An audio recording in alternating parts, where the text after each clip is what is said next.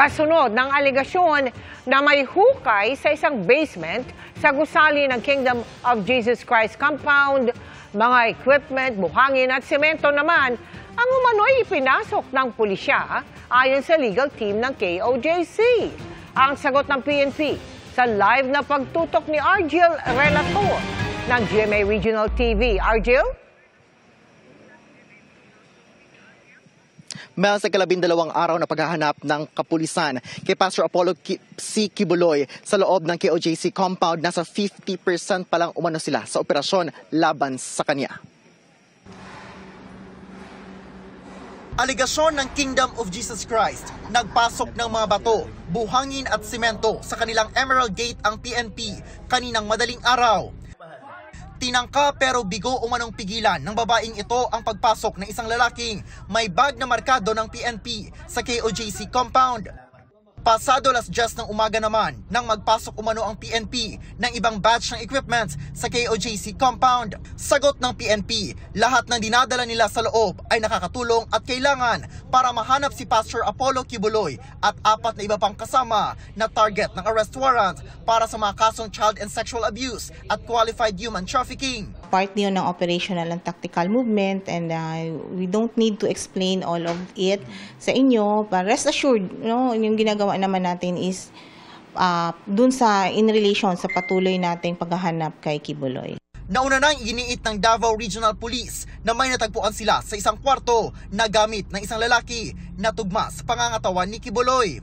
Nadiskubre rin umano ng pulisya ang ilang kwartong may mga minor de edad na konektado sa kwartong pinaniniwalaang sa pastor.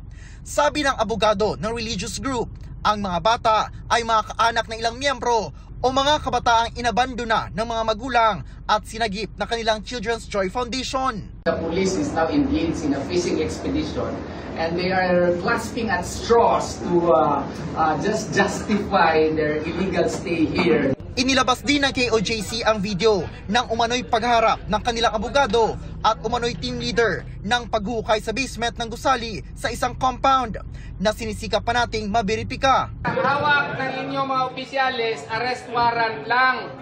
Hindi po yan search warrant. Papasok kami. Pag masaktan ako dito, ayaw ko kayo ng kaso, ha? Pag masaktan ako dito. Hindi naman kami nagpipilit dito.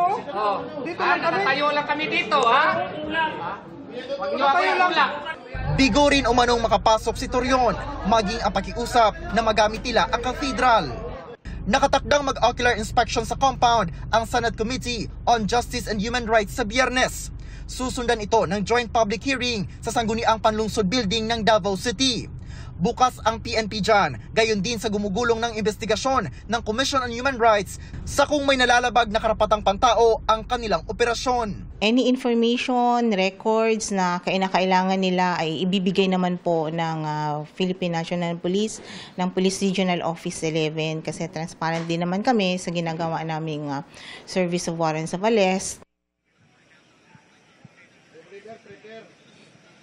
May napansin din umano ng KOJC Legal Counsel na may pagbabawas ng bilang ng mga police personnel sa loob ng KOJC compound matapos lumabas ang impormasyon na may magsasagawa ng Senate inspection. Hinihintay pa natin ang kumpirmasyon mula sa PNP ukol dito. Mel. Maraming salamat sa iyo, Argel Relator ng GMA Regional TV.